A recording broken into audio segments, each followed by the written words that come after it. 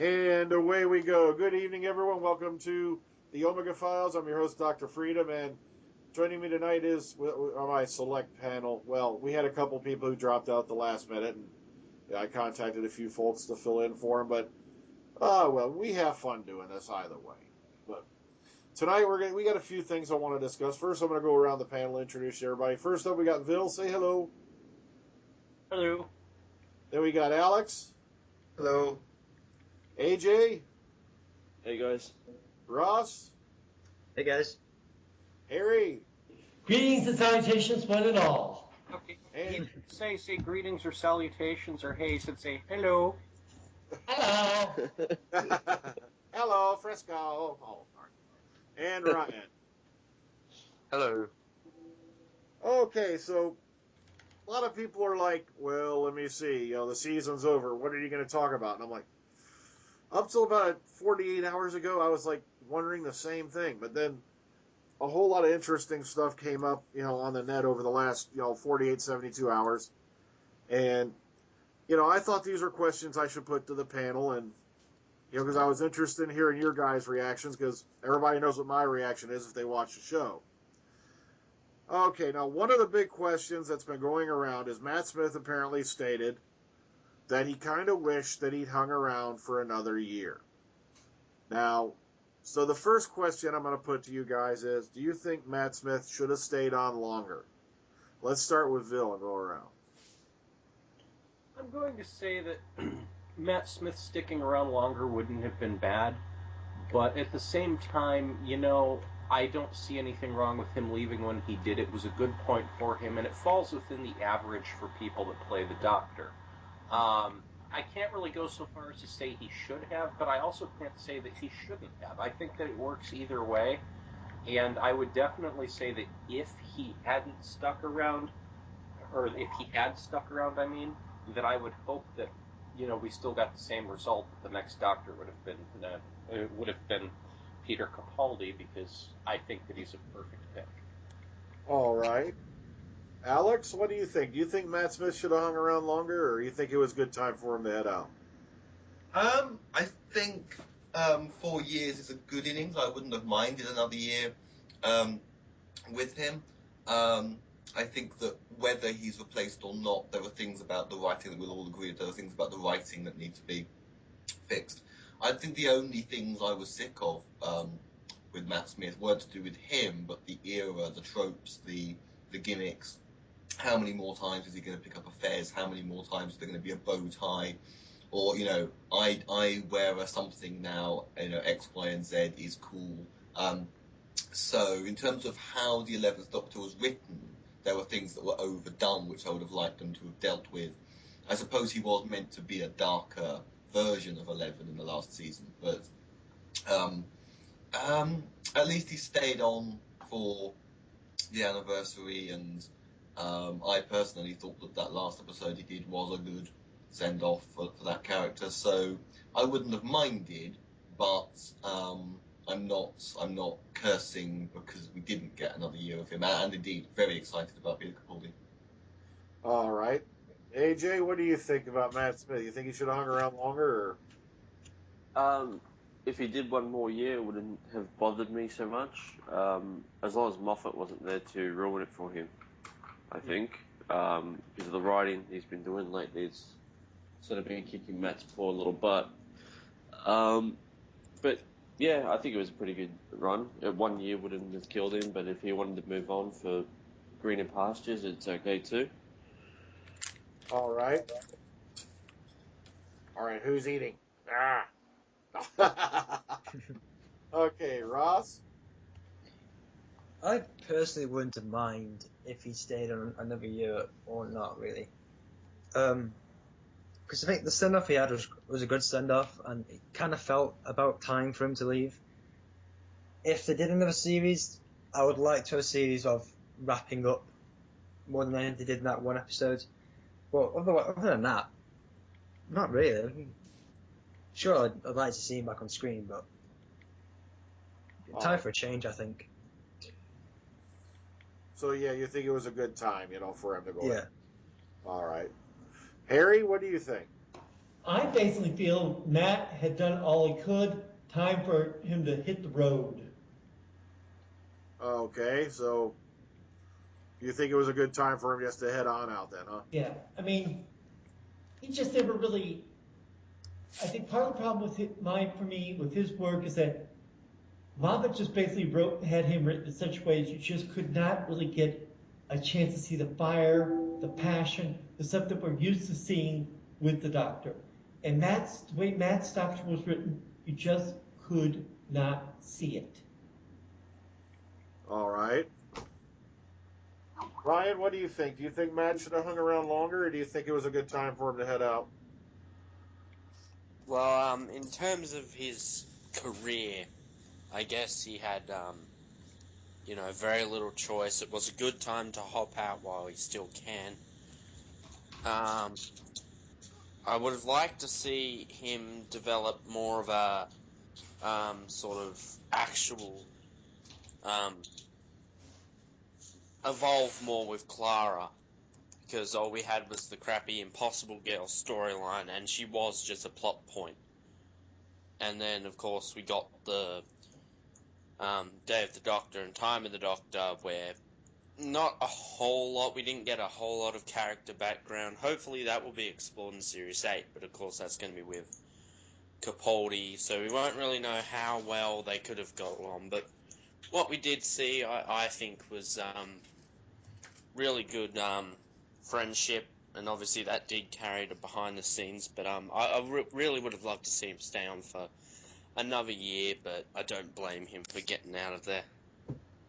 Oh, okay, yeah. And then, like I said, as much as I'd like to have seen Matt maybe hang around just to tie up some of the loose ends, I can't blame him for going when he did, because everybody else around him's landing all these big jobs over here in the U.S., and meanwhile, he's still on Doctor Who under contract. So, I kind of don't blame him for getting out while the getting was good, because, ugh. But, okay, now, the other thing that caught my eye this week was a lot of people have been talking about all the unanswered questions, and I thought some of these were pretty good. I was looking around over on Den of Geek, and some of these questions are really, really sticking into my mind, because it does kind of create a little bit of a paradox.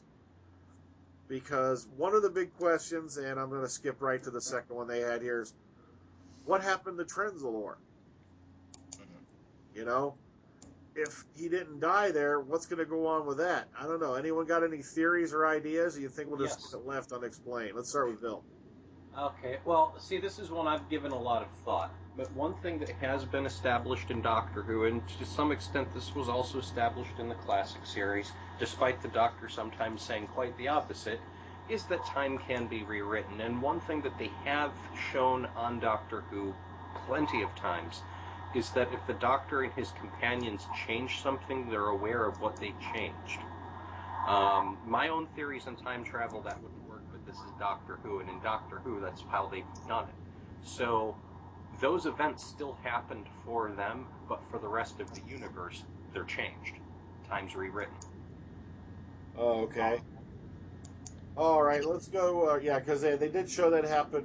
Matter of fact, I just rewatched earlier this week with the Pyramids of Mars, where, Sarah's like, just take me back to 1980 and everything's going to be fine. Wrong. Because he takes her back to 1980, opens up the door, and there's this vast, barren wasteland, wind whistling. And okay. So, Alex, what do you think happened?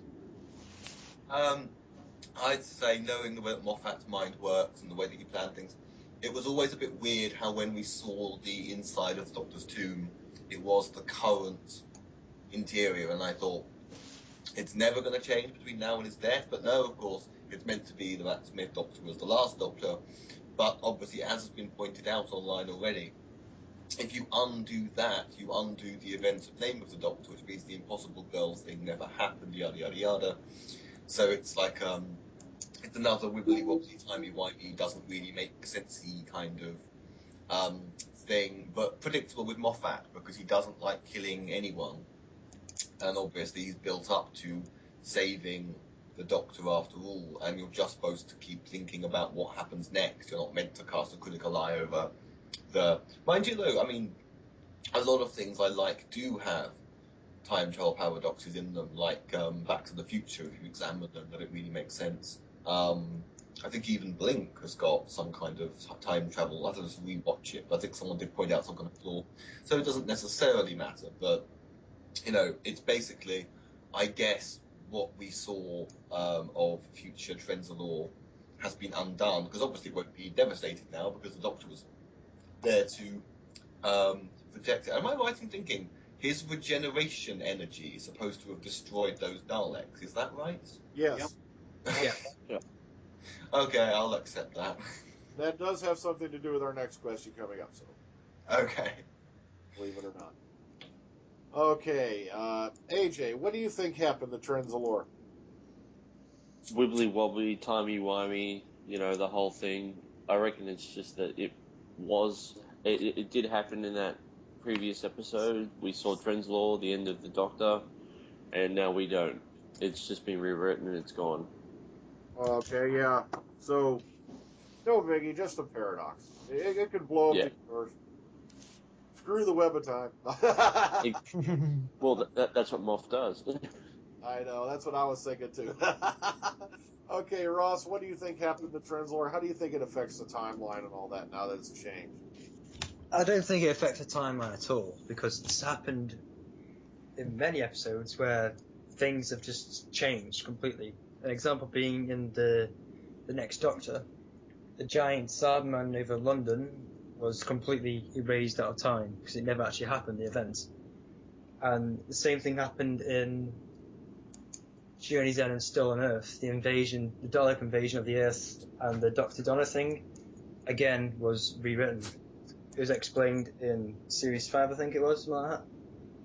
So it doesn't really affect anything, and it still works up to the point to where it is now, where they'll still have to go in these chronological events, but have to go back to fix the paradox sort of thing, but it still works, so it doesn't really matter.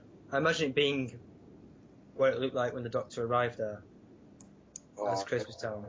I don't imagine it being the graveyard tomb as it is in the name of the Doctor. Okay, so yeah, it's been averted, in other words. Yeah. Okay. Harry, what do you think happened to Trenzalore now that things have changed around in Time of the Doctor? I think most people are just going to ignore it. Basically, as long as the place still exists and they can still get to it, they're not going to care. So basically, it doesn't matter to most people. Okay, I can see that. Yeah, a lot of folks don't really pay attention and all that to that anymore, but, it is the Doctor Who universe. Anything can happen. Okay. Ryan, what do you think? Well, there is the possibility that time has been changed and the events in Name of the Doctor still happened, but also there could be the possibility that because the Doctor regenerated on Trenzalore means that the time stream was never there, which means Clara couldn't jump into it, but that also means that Clara wouldn't have to jump into it because the Great Intelligence didn't jump into it in the first place. So really, what this means is the Great Intelligence is still out there somewhere because he never jumped into the time scar. Possibility. Yeah, that sounds good. I could see that. And hopefully they'll do it better next time. Do you have something to say, AJ? No, I just thought it was brilliant. Okay. I can see that. Okay, now, the next question has to do with how the show ended, Time of the Doctor, because this I just got past a couple days ago. It turns out that Matt Smith's final scene was supposed to be on the clock tower. The regeneration was supposed to take place there. And then later, before they went to film, they decided to add on the bit you saw where Clara comes back to the TARDIS and she finds the younger Matt Smith waiting for her. Turns out originally she was supposed to head back towards the TARDIS, and she asked Tasha Lem to come along with her. Tasha says no, because she can't, because she's too afraid that the Dalek inside her will take over and kill the Doctor again, if he's there. Now, So basically, originally, she was supposed to go back to the TARDIS, open the door, and Capaldi was supposed to already be there. Now, do you guys think that by adding that extra scene, it was a good thing, or do you think that we should have had Matt die at the clock tower? I already made aware everyone earlier this week what I think about it. What do you think? Do you think that Matt should have just went out in a blaze of glory, or do you like the way they ended it? Let's start with Vil.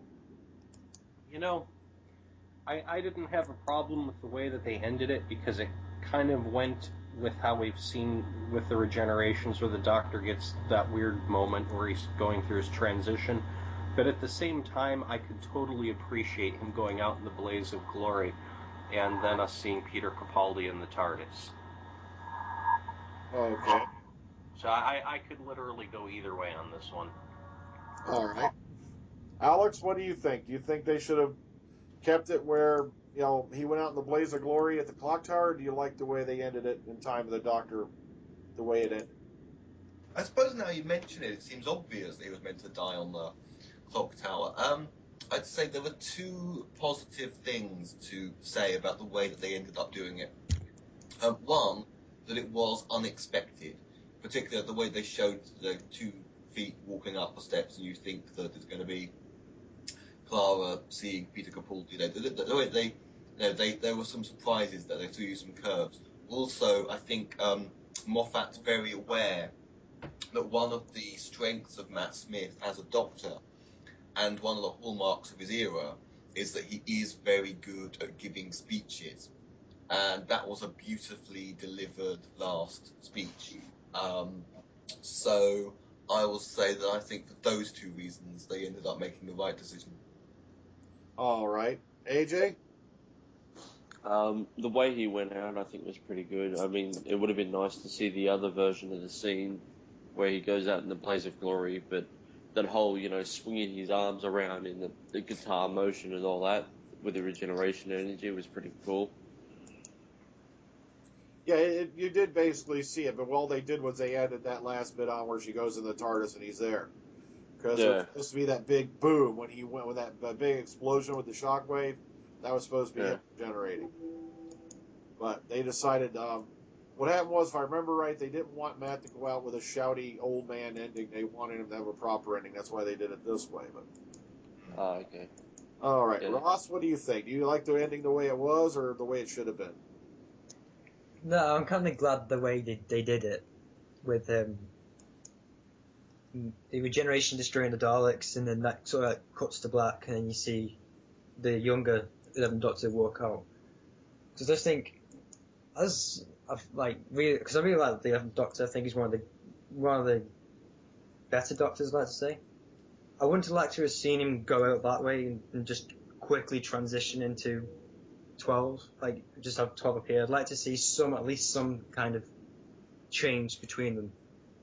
I wouldn't like to see the blaze of glory that 11 had, and then Clara walk in to see the 12. But that's really it. I wouldn't really mind if they did that, but I think people wanted to see the regeneration, the change into it. So.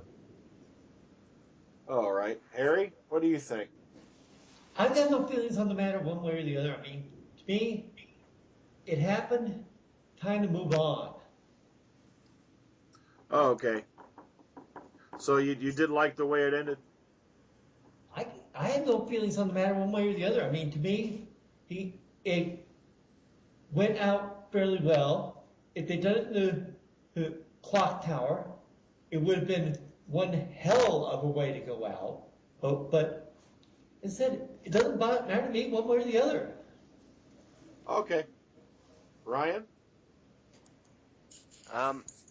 Yeah, I'm very glad that Matt got that final goodbye because, yeah, like you said earlier, it just wouldn't have felt right to have, in a sense, the youngest looking Doctor regenerate as an old man. It would have been, it just wouldn't have been right, in a sense. But that would have been a good way to go out, and we would have got possibly more of Capaldi. But I'm very glad the way it turned out. just another note on that, the time stream thing. Okay. I can't remember at what point it is, but in Day of the Doctor, the Doctor says to Clara, "Don't you remember them? You've met them before." And she's like, "I think so." Maybe that could have been something to do with time being meddled with, that she sort of forgot those events. But just a little thing I wanted to mention. Oh, I didn't notice that before. I'm gonna have to go watch that again. That would have been nifty if that was a nice little clue that time was being rewritten, the ripple effect. All right, yeah, I'll have to go back and look at that again. That sounds cool. If they did, they did that. Oh, Yeah, they did do that. All right, I'll have to go check that out again because I think I missed that line. All right. It's in the scene where when Clara comes back into the Tower of London, when in that room. Okay, I'll look for it. Okay, now, in the latest edition of Doctor Who magazine, Moffat basically said it's time for a kick up the arse doctor. Kick up the arse doctor. And here's the following quote. There would be little point in making as radical a change as we've made unless you're going to go quite different with the Doctor. The last two Doctors have been brilliant, and have been your good boyfriend Doctors. But the Doctor isn't always like that. There's the sort of Tom Baker, Christopher Eccleston end of the spectrum where he is mad and dangerous and difficult. Now, we're going to start with Ryan this time and go the other way around. Do you think, sure, that I know that most of the younger fans are going to adapt to the fact we're going to have an older Doctor, but you think that the fans of the current series are going to be ready for, say, a Tom Baker-esque performance? Well, I don't really care if they aren't ready for it. We had to put up with babyface doctors, so they can put up with an old grandpa like. Yeah, it's Rampy. time for them. Sorry, I didn't mean to cut you off. Oh, no, that's alright. Yeah, I was just saying, It's time for them to grow up and realize that the Doctor can be cool. Yeah. But, maybe a way of easing into it as well was, the War Doctor. Maybe they've alright, we'll bring John Hurt in, see if a modern audience can handle a older Doctor, and, a lot of people seem to like, John Hurt's Doctor, so, yeah, it was, we know it is sort of a successful idea having an older Doctor, but I think that this will be a good turn for the show's history. Now, I have to ask you a question of what you just said there. Aren't you glad that it wasn't an old man in a costume? Yeah.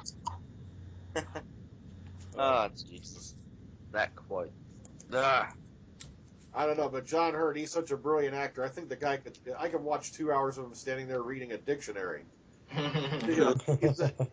He's that damn good. I'd watch the whole thing, Okay, so, all right, anything else to add on to that? Oh, no, that's all. Yeah, I could say, for God's sake, it's American English.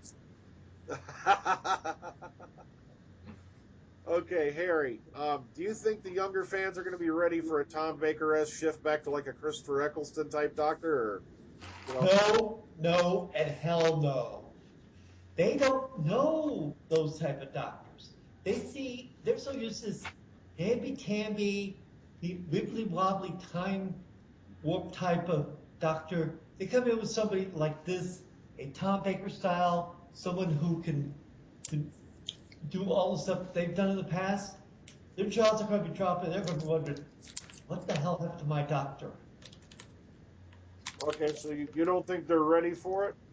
They won't be able to understand him, let alone figure out that this is the Doctor. Okay, good point. All right, Ross, what do you think? Do you think the younger fans will be able to go back to a Christopher Eccleston end of the spectrum, Tom Baker type deal? I think this was a mixed one, and I think it depends on who you're kind of aiming at. If you're thinking about the female audience, I think they will struggle with it a lot more. I think with more of the male audience, I think they'd accept it. Because a part of the whole Doctor's story is that he can change his age. He started off as the old man. Yeah, we're sure we had the younger Doctors. I think it's time for a new change. The show is all about change and adapting to that change. And I think that Capaldi could be one of the most praised Doctors we have at the moment, so... You know, I agree with that totally, and I just have to note that I'm really proud of the fact that my 15-year-old daughter is blatantly excited about Peter Capaldi as the Doctor. In fact, she was telling me after seeing the recent sketch that I did involve my friend of Matt Smith, Just to see it, how I because they know that at the end of the day, they come out looking fresher and What's that? healthier and younger. You know, he's the man. Not here, I think, over Dr. that. Sabak is able to produce such Harry, I What think was that? television took over. Yeah, no, Okay, Bill, go ahead. yeah, she was saying how, you know, since I'd captured the light eyebrows on Matt Smith, I should do a sketch of Peter Capaldi and catch those eyebrows that seem to dominate his face. So there are younger viewers out there who are actually looking forward to this, and there is hope. Oh, yeah.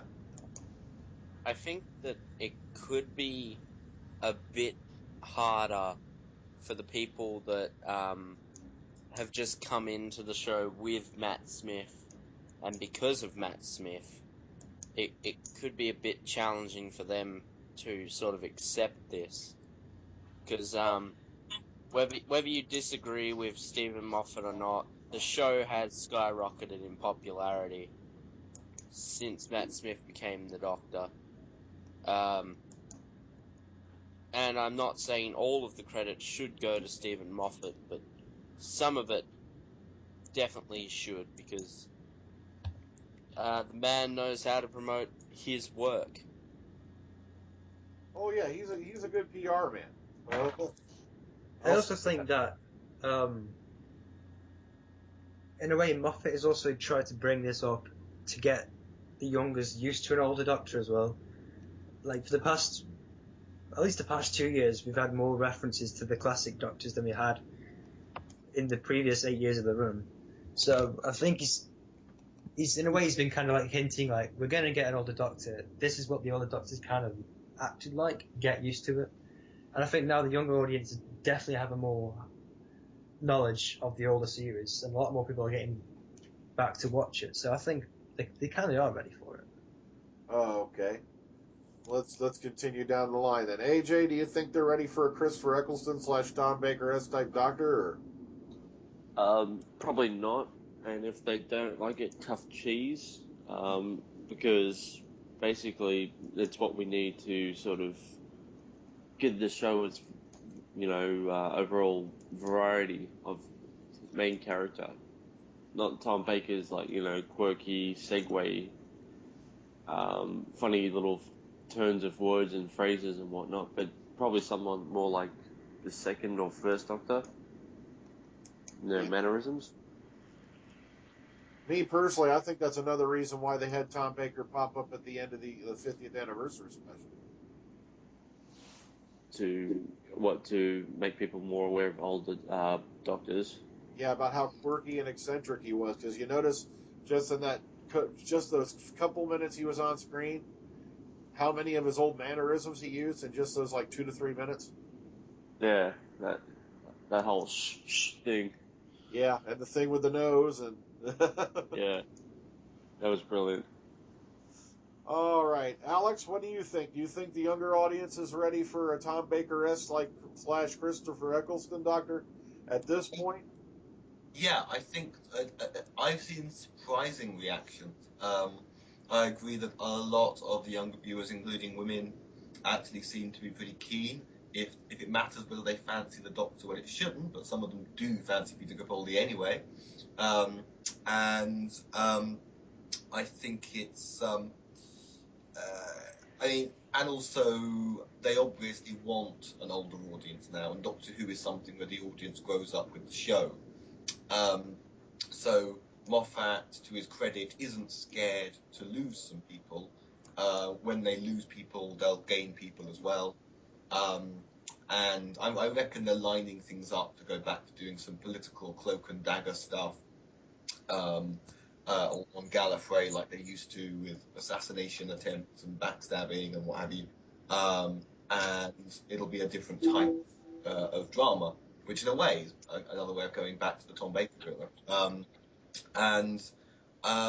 Also, I mean, I can understand someone finding Capaldi too scary, but that's a good contrast to go from. I mean, as you said, Matt Smith could be scary sometimes, but he's still the very child-friendly, bow tie wearing, humorous Doctor, and I'm sure there'll be humour in the year as well. But it'll be different. And the only thing that bothers me is the sort of idea that there'll be huge tension at first because Clara was so close to the 11th Doctor.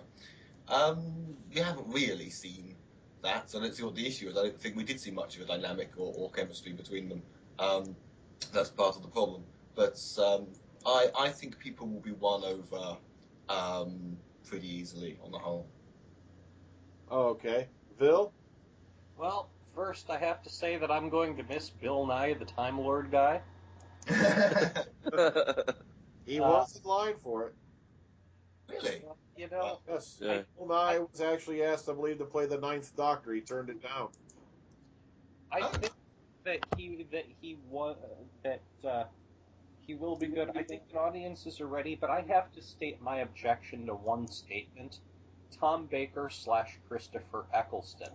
It's being said as if they were that similar to each other, and they weren't. They were two very distinctly different styles of Doctor, and clumping them in by being of a similar age at the time when they played the role, I think is a massive injustice.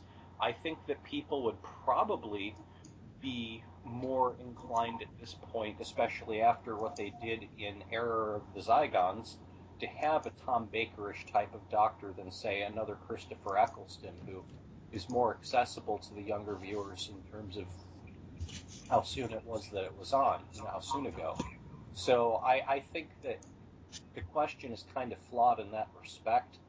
I think that really what should have been asked is if they would be okay with someone like Tom Baker or like Christopher Eccleston, in which case I'd say yes, but you know what? I think even more than that, this is the right time for us to see a Doctor that harkens back, and, you know, I'm definitely wouldn't want it to be a carbon copy, that would be crap, but something that harkens back to John Pertwee would be awesome right now. I don't know. I don't think anyone could ever replace John Pertwee, you know. Oh, no, they couldn't, and I don't ever want to suggest that they could. I'm just talking about a similar type of Doctor with that mix of the action in there. But absolutely not. Anyone trying to carbon copy any previous Doctor would be doing a disservice to themselves in the role, and would be insulting the previous Doctors and their fans. And it would be nice to see a Doctor who's a little bit more hands-on, you know, and, you know, like the gadgetry, you know, the martial arts. Bring back Bessie. Yeah, I wonder where poor Bessie wound up, you know? Could I just ask something on that note? Oh, sure. Now that the Doctor has a whole new regeneration cycle, do you think that we'll probably start getting that problem with the carbon copies of the Doctors? Only if the writing is crap.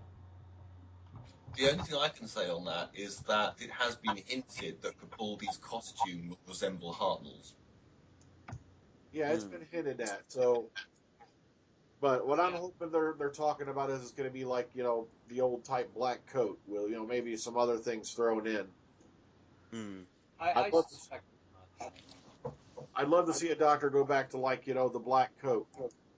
You know, and definitely they're definitely not going to use the bow tie again. That's pretty, you know, I don't see them doing that so soon. I mean, look how long it was between bow ties. Wasn't it Patrick Troughton that last wore one? So did John Pertwee. Pertwee, yeah. Oh, you're right. You're right. I can't believe that I blocked that out. Stupid me. That is absolutely true. The scary part is I did too. I didn't even think about it till I started looking at my older, you know, Doctor's videos. I'm like, wait a minute, he's wearing a bow tie. What? Oh, see, sometimes You know, for I'd that. like to see the string tie that we saw the first and sixth Doctors wear. He kept changing it. Sometimes he'd wear a cravat, bow tie. Sometimes he'd wear no neckwear at all. Yeah. He was very much like Tennant, where he basically had similar jackets and stuff, but he just kept changing what he wore in subtle ways. And the third Doctor had a tattoo. Yep. He had naval tattoos, didn't he? Yeah. So maybe we need maybe we need Capaldi to show off some tattoos. There we go. Okay, now here's the next big thing that's been getting shuffled around. Now, before we start on this line of questioning, I'll state this openly. I have nothing to confirm or deny this is going to happen. This is literally just off the cuff because it's been floating around for the last week or so. Oh, God, I almost dread to say the two words, River Song. Now that we have a new Doctor in the saddle, would this be a good time for a return to River Song, or do you think it's pretty much over for her?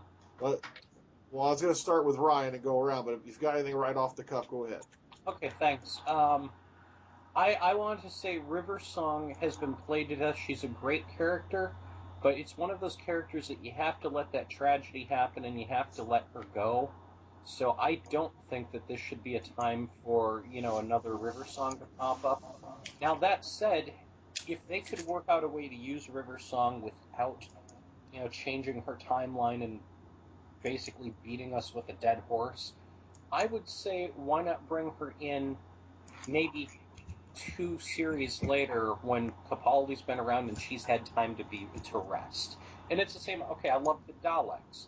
I don't think that we should see the Daleks every single year, and if they have to be shown for contract reasons, make them a brief momentary flashback or a picture somewhere, but don't actually physically use them as a story element. Well, you jumped on one of my next questions that's coming up. That's how I see it with River. Okay, let's start with Ryan now. We'll go back around. Ryan, what do you think? Do you think River Song should come back now that there's a new Doctor to interact with, or do you think her story's pretty much done? I think Stephen Moffat needs to go back to the 50th anniversary and have a look at John Hurt's catchphrase. Wait a minute, there was a 50th anniversary? When did that happen? Oh! Oh, The alleged. got it. Zing! Alright, what was the catchphrase? No more.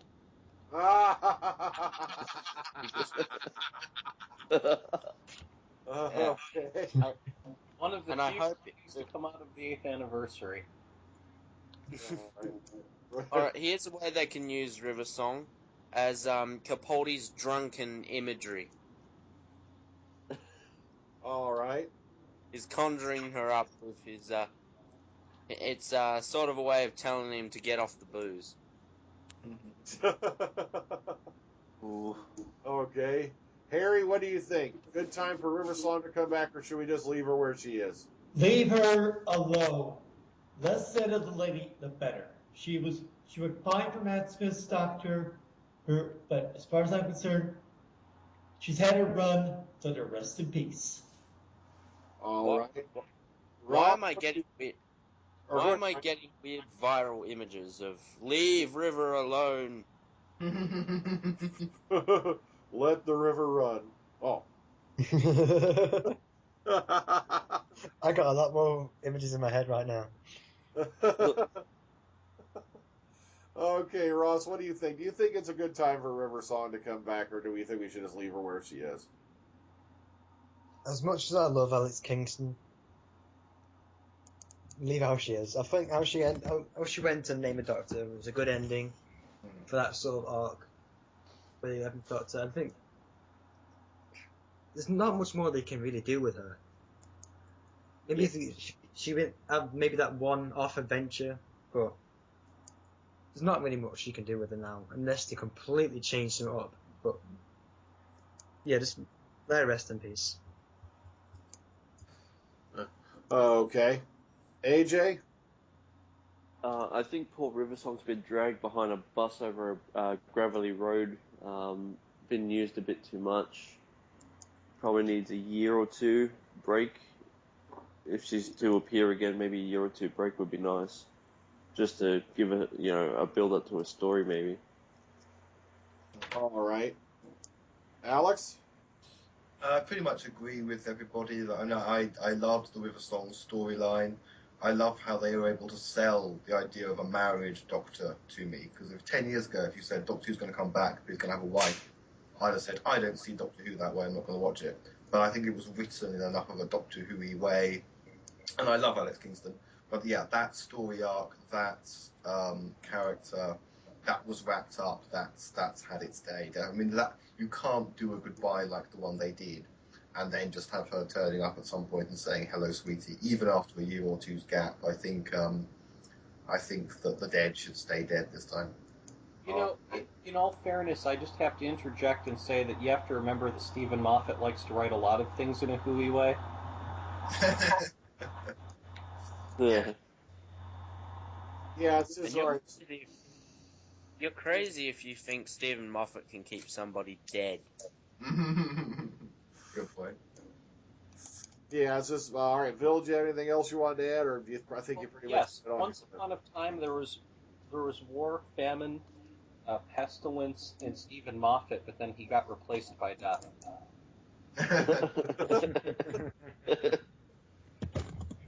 Okay. So can I briefly just say, in Sherlock, it's a detective show, right? It's a crime drama. In this whole season, no one's died yet. I want to see if Stephen Moffat can do a whole series of a murder mystery show with no body count at all. It would be I called didn't think of that. Yeah, that's true. How Yeah, nobody has died on Sherlock in a while. I didn't How think does of that Oh. work? That soldier died. No, Oh, Oh no, he didn't. No, he didn't. Yeah. No, you're right. Yeah, he almost died. the last death on Sherlock was Moriarty. no. That's right. Recent episode, you're right. The one soldier did die. That's right. No, they saved Yeah, him. No, they saved him, yeah. didn't they? No, Yeah. no, the first soldier in the shower. Yeah, They the say- first one in the shower, he died. That's right. Yeah. No, they saved him. Yeah, I'm pretty sure they saved Did him. they? Thinking back at it. Yeah, I think he said That's that. right. Sherlock said that the doctor. Guys, Yeah, he was. the moth is he was still messing with your brains. Oh no! Okay, so they did say, Oh, well, no. I'll go back and watch that one again. Yeah. Right. Yeah, he was still breathing apparently. Yeah, Yeah. I think that's the reason why Sherlock said that the only thing that's different between him and what's his name? Martin Freeman character is that John can save, something like Yeah. All right. Now, that. now that I've all right. So, anything else to add, Ross? Or No, that's the same. Let's get back on track now. okay, let's get back on that other that show. You know, the one where they don't put the budget and all the good bad writing goes. Not all. That's what I keep hearing. Okay. What's the next episode of Doctor Who? I got it. A good writer moves to Sherlock. Oh, oh, that's bad.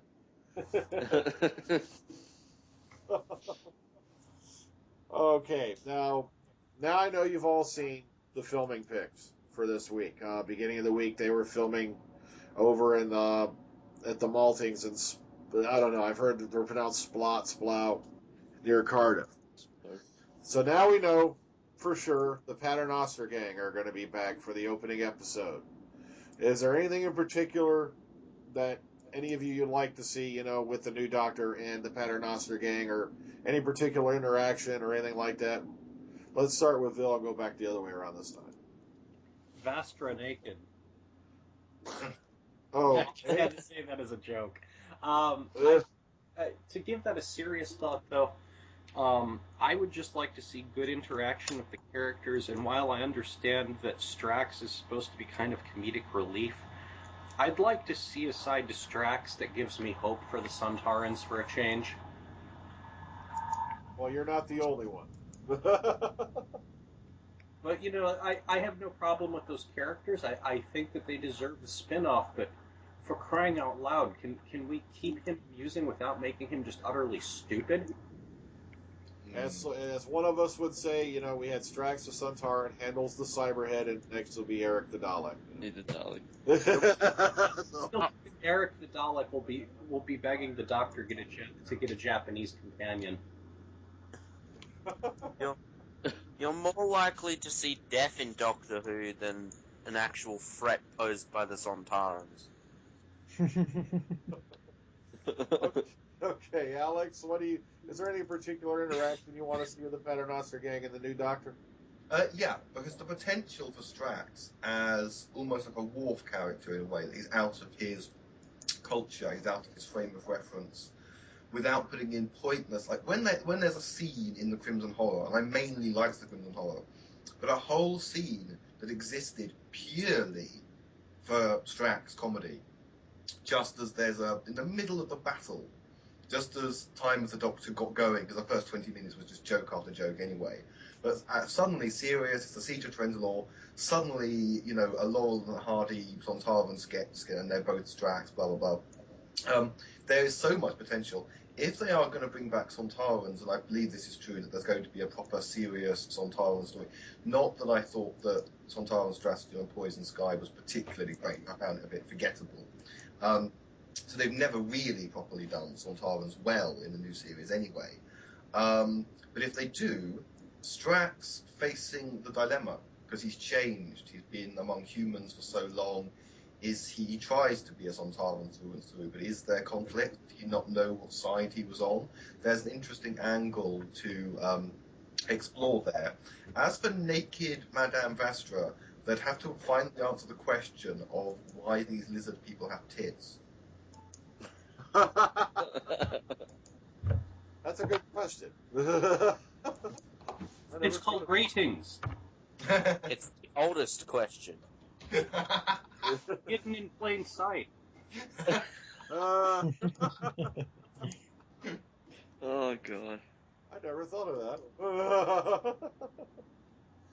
Okay, AJ, same question. You know what it is. Yeah, I'd like to see Capaldi be probably a bit more abrasive with Strax, probably in this episode. You know, tell him not to be so stupid, maybe a slap on the back of his little dwarf head or something. Oh, Sort of, you know, wake up to yourself, and not everything is about death. There we Which is go, funny, we can have a Sontaran strangle. there we go. Yeah, but his heads have to be massive to get around his neck, if a Sontaran's had a neck. Yeah, how do you strangle a Sontaran, you know? I'll just beat him up. But, yeah, probably be a bit more abrasive and sort of tell him to wake up to himself. That's my idea. Then again, how come I think of strangling the Sontaran as a bad Doctor Who masturbatory reference? Oh god. You had to go. You had to go there, didn't you? I gotta go strangle the Sontaran. Ugh. When Strax God. to fight, he likes to go to Glasgow and fight Glaswegians, and now the Doctor's going to be a Glaswegian. I love that scene where he's having the bar fight in Glasgow. That was hilarious. Okay, Ross, any particular interaction you'd like to see with the Paternoster gang and the new Doctor? Oh, I really don't know. This is kind of the tricky one. With not kind of knowing what the 12th Doctor's going to be like. But I kind of like a more serious approach by the Doctor towards them. Maybe a stricter kind of character with them. Because I think when the 11th Doctor was mingling with them, he kind of played along with the comedy. And they were there for the comic relief, sort of. Excuse me for jumping in here. I just need to let you know I have to step away from the keyboard. Restroom emergency. All right. No problem. He has So, to I think... go the Sontaran.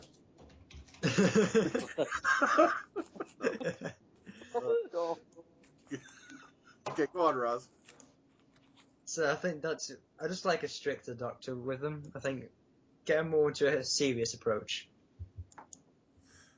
Okay, yeah, I can see that too. You know, him approaching them with a little more, you know, a little bit more seriously than he normally does, and What I'm looking forward to is seeing how he reacts with Strax, because, oh, goodness. Okay, Harry? Yes. Is there anything in particular you'd like to see, with the Paternoster gang and the new Doctor?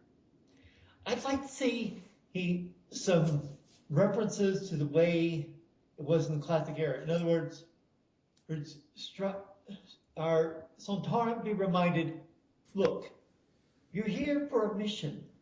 Remember that for our Silurian, aren't you supposed to be working with your group trying to figure out how to remove the ape threat from this world so you and your people can take back over again?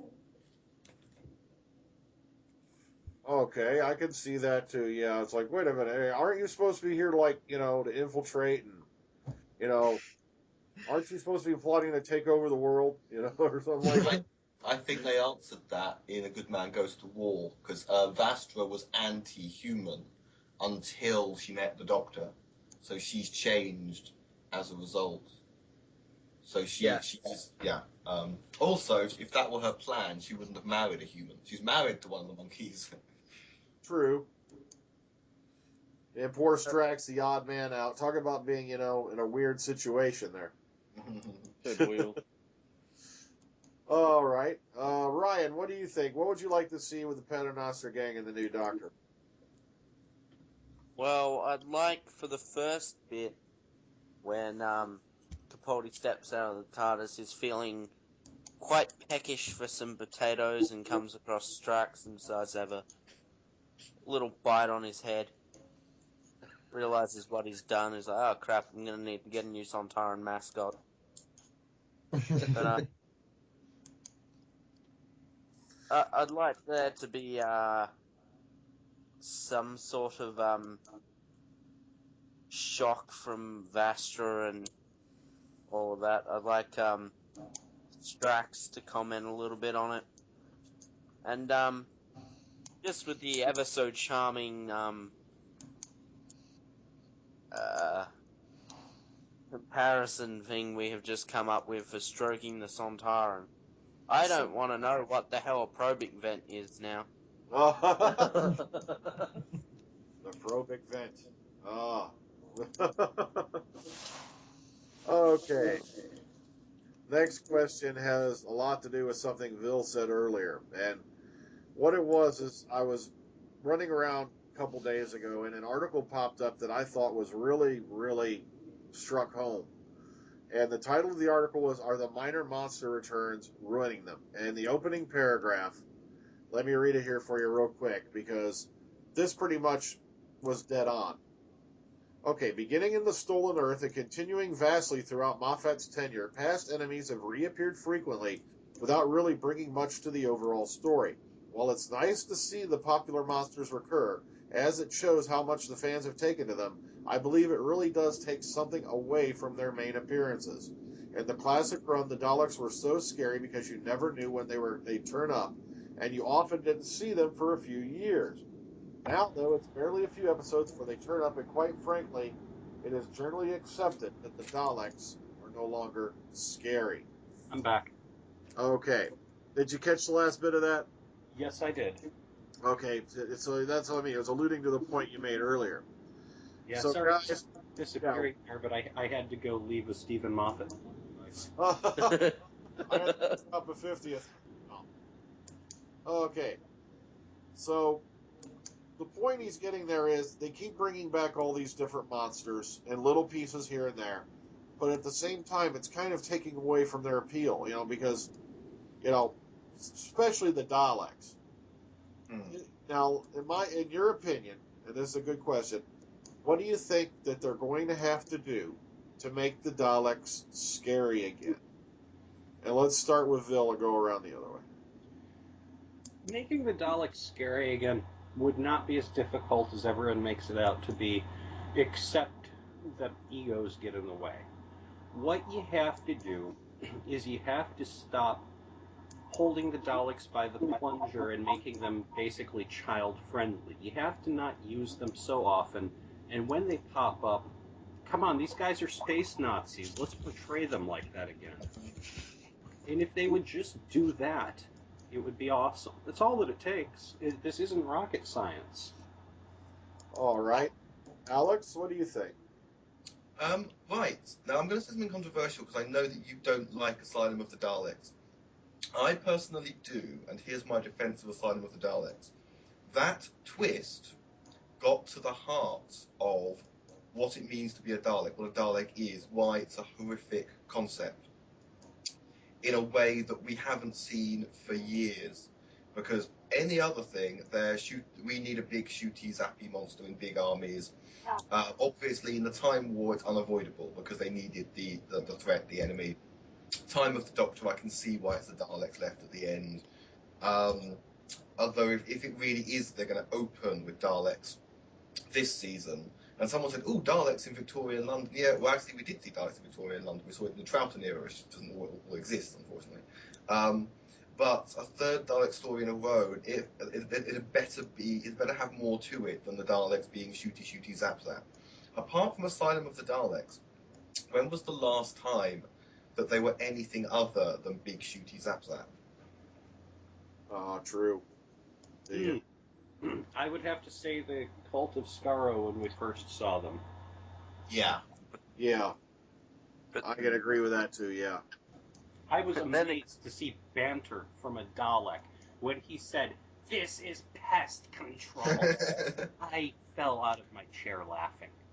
And it wasn't a bad way to laugh, like, "Oh my god, they fucked up the Daleks again." It was, holy shit, that was great. Yeah, I liked the pre-fight bitching between the Daleks and the Cybermen more than I enjoyed the actual fights. But then again, half of the problem with Asylum was the Daleks in the Asylum weren't shooty, bang, bang. They were just shit. Yeah, some of them... This Doctor Who man is with us in spirit. But they were they thought they were ballet dancers. There's a way to make the Daleks scary again. Get Doctor Who man in to voice them. Oh. Defeat us, what are you on? Okay, AJ, is there any particular way you'd use, or how do you think they can make the Daleks scary again? Replace the plunger with a knife. Ooh, sword weapon? Yeah. I don't know, maybe change up their look a little, maybe, like, I know that was probably a joke, but change their look up a little, make them more imposing and probably less shooty, bang, bang, like other people have been saying. Make them physically scary. When you say physically scary, I have to ask you, how much more physically scary can they be when they've basically got a whole bunch of thermal detonators running up the side of their body? Well, that's Star Wars. that was only mentioned and used once, though. We've never seen that again, though, have we? Yeah, we haven't. Not since Dalek, no. No, that's what I was thinking. No, I was just picturing after you said that by changing around. I remember when we saw Daleks with guns. We've seen Daleks with flamethrowers. We've seen cutting torches. Yeah, cutting torches. I'd love it if they went back to the grapplers like they had in the movies. I'd love to see the Daleks, one of the Daleks pull off one of the balls and hurl it, and then it blows off. Hang on, sorry, that came in really quiet. What was that, Vil? Oh, I was saying that I'd love to see one of the Daleks pull off one of its balls and throw it as a bomb. Or have them launch them. Yeah. Yeah. That would be interesting, yeah. Yeah. So, Ross, what would you do to make the Daleks scary again? One word, and that is exterminate. I think the only thing is, with the new Daleks, is that they kind of do talk too much, and they don't kill. I think we need to see a lot more of a threat, more of like a political army sort of like movement. Because the thing I liked about the Asylum of the Daleks is that they had the Parliament, and it sort of felt that the Daleks were there for a reason, and not just to kill and lose. I think another thing is they need to win. They've been defeated too easily recently, and that's another reason why I liked Victory of the Daleks, because they actually did, in a way, win. Mm-hmm. So I think we need to bring that. The Daleks need to win. They need to have less talk and more action. And I think the voice, in a way, needs to change as well. I think the voice needs to be a bit deeper, like how the Paradigm Daleks are. Or even bring back the Paradigm Daleks. I don't think they've had a shot yet. I think they've been pushed aside quite harshly. You see, that's what I'd like to see. If you're going to have the Paradigm Daleks, show us why they're so kick-ass in the first place, you know?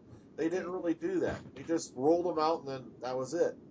Well, I'd like to add, too, that go back and watch how the Daleks were back in William Hartnell's era. They should bring some of that back. Let's see Daleks kill each other for failure. Let's see the type of dialogue that they had between each other, which you still heard the whole exterminate thing, but they actually had personalities back then, and they don't now. Yeah, that's what I want to see a lot more. I think another good thing that really worked was in Dalek. What made that Dalek so good was how clever it was. Like, when the guys are shooting at it, it shot the sprinkler to spray water down, and it shot the floor to kill them all at once. I think something like that, where they're kind of just thinking ahead, it will make them a lot scarier. I think if with the less predictable they are, the scarier they can be. Yeah, that Dalek was scary. Yeah, because he was so intelligent. I love that he was so cunning, and that's what really made that episode. Actually had me on the edge of my seat. Okay, Harry, what would you do to make the Daleks scary again? Very simple. Well, see them actually kill somebody. In other words, not just go out and say exterminate and everything. Actually see somebody that the fans can care about actually get killed. Because that is something we have not seen since RTD and Moffat took over. Nobody's gotten killed. Time for people to learn. Daleks and Cybermen do not mess around. You either cooperate or you die. Okay, I kind of agree on that, because we have seen some minor characters die here and there, but yeah, if you can't have any major characters die, like I've brought this up before, it does take away from the show. The last major character to die was Adric during the Davison era. That for me ties in with lots of things. If I could just interject, because what you really feel with the Adric death is that the Doctor messed up. Because he's not perfect, he's not a god, he's not all perfect, not all powerful, and he never forgives himself. His last, I believe, when Peter Davison's Doctor dies, the last thing he shouts is Adric, and it was years later.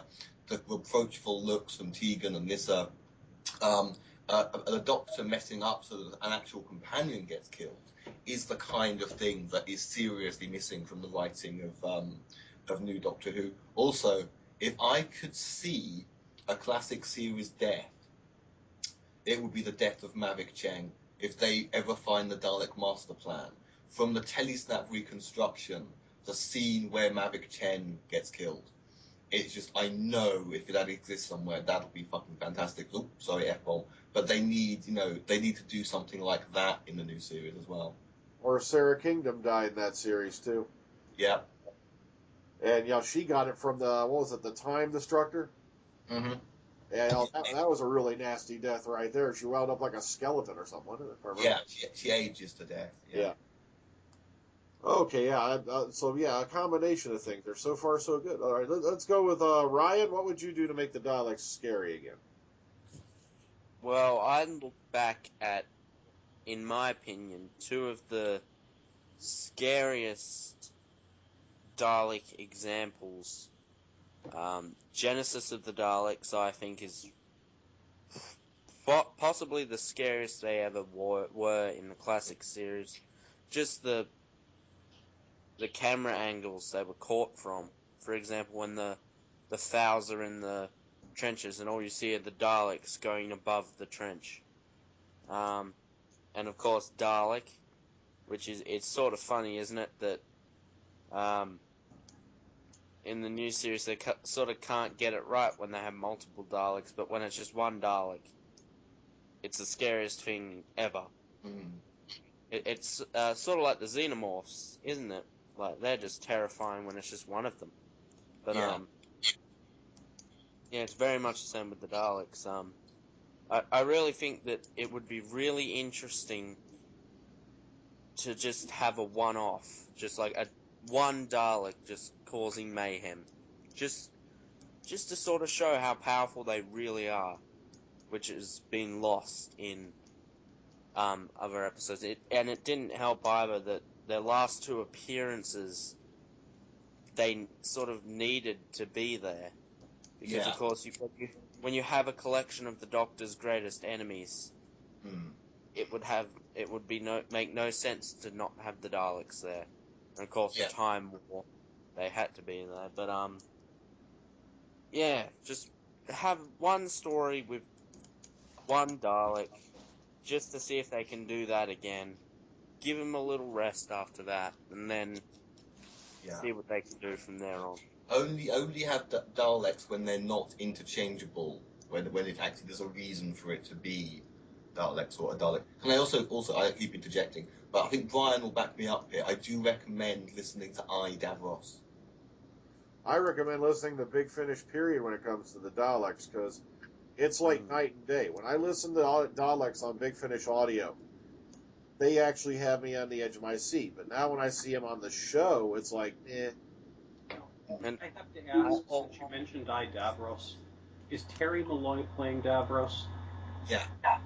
You see, that would ruin it for me. And I don't have anything against him as a person, but I truly despise his portrayal of Davros. He makes him too cartoonish. He does it a lot better in Big Finish audio. Trust me. Okay, so that was not his fault. Yeah, his portrayal of Davros in Big Finish audio is 10 times better. Okay, they give him much better material. So it's basically because of John Nathan Turner that he made Davros so stupid on the show? Do I have to answer that question? I'm shocked to have Davros rolling out in a rainbow-colored, Dalek, chair with a, striped, striped black and white outfit with a cute little rainbow-colored hat, because that way his color wouldn't clash. Does this mean that he did away with that stupid ha-ha-he laugh? I missed that last bit. What?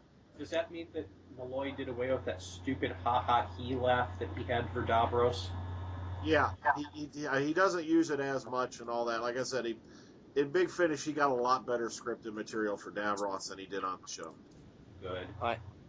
I also think it's time that they start getting more people other than Nicholas Briggs to voice characters. He does a good job. He does a really good job. But I do think it is time that they get another person to voice the Daleks other than Nick Briggs. I think they need multiple voices for them. Make them individual. And that doesn't mean just Nicholas Briggs doing different pitches. On that point, I can agree with you. Yeah, they should have, some other folks come in there with him.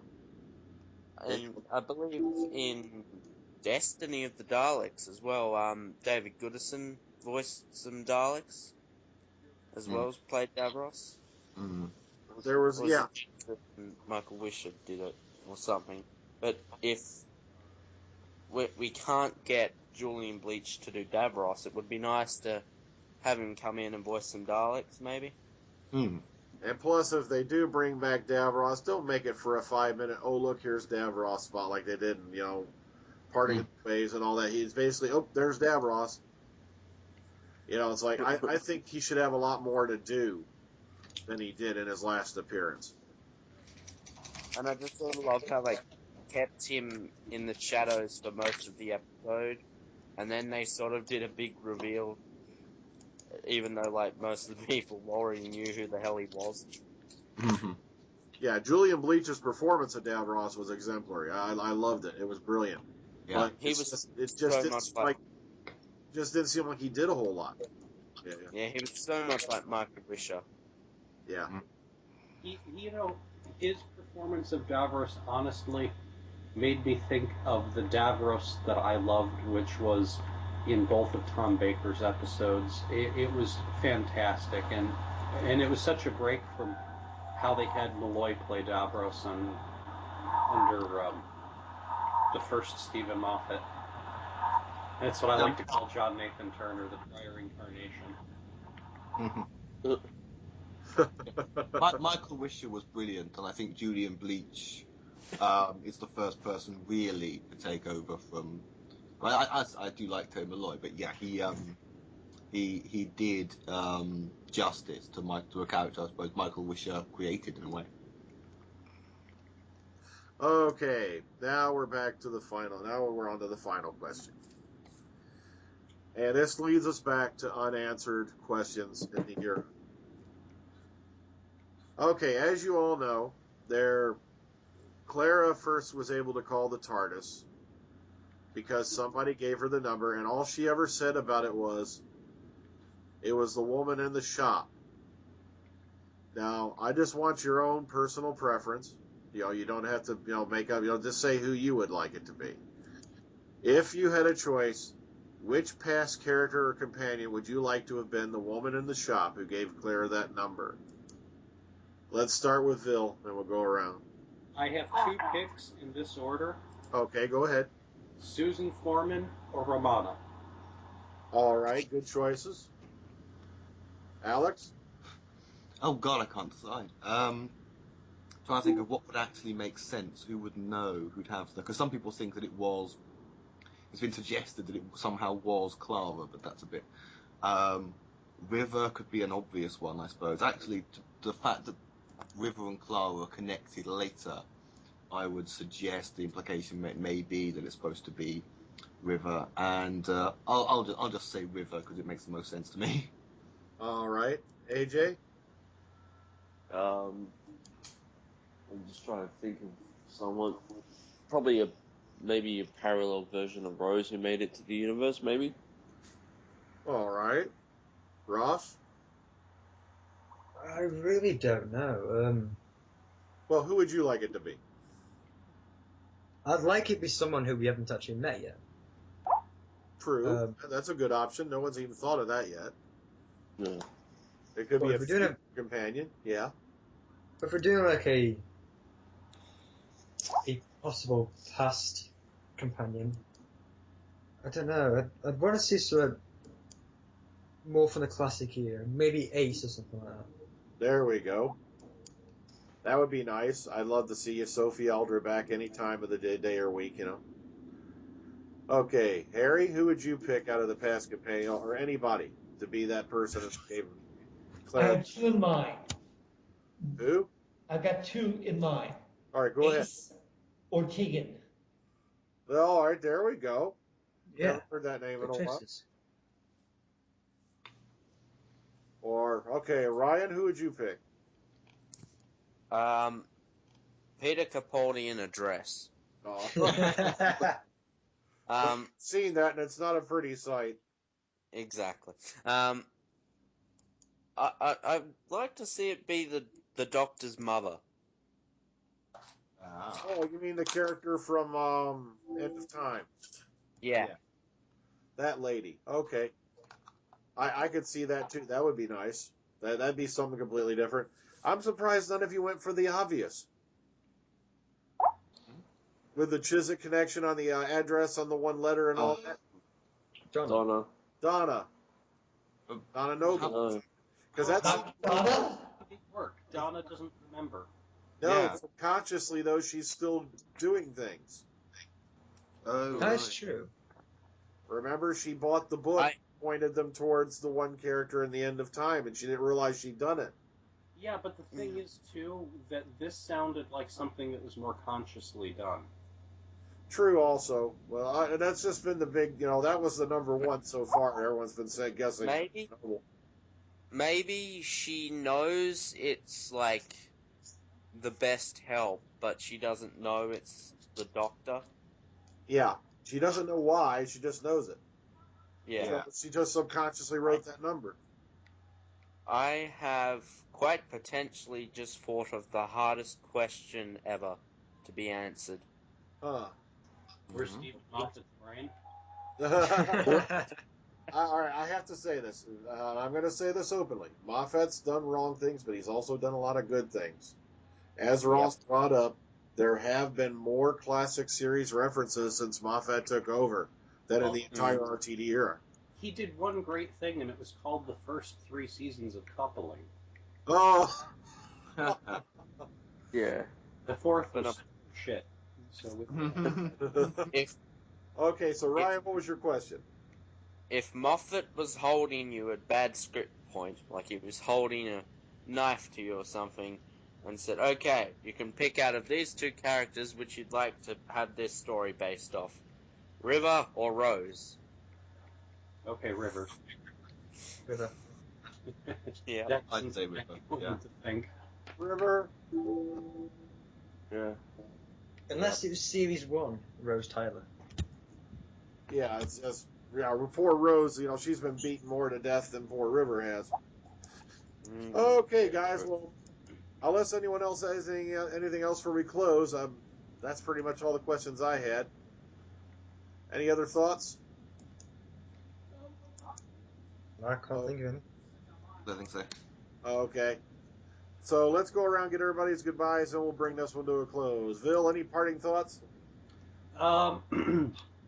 My parting thoughts are that I'm really looking forward to this next series of Doctor Who, and it's worth the wait. At the same time, if they do spring a surprise special for, say, Easter, I would certainly not complain.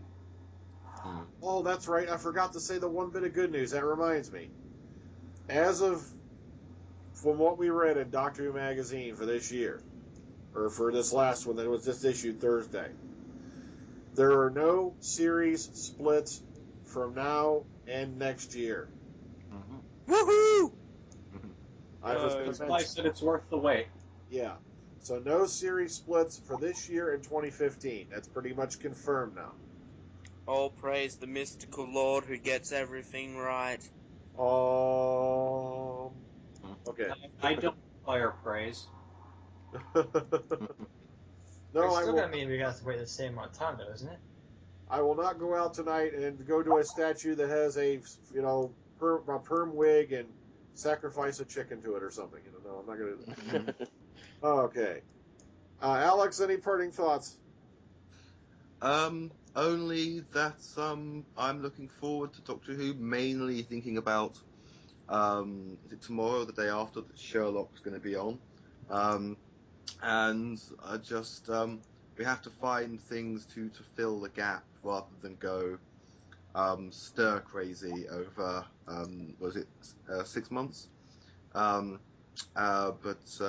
I just repeat myself from last time I was on. Looking forward to a scary Doctor. Same here. Oh, okay. For you folks out there, by the way, it's 8 months.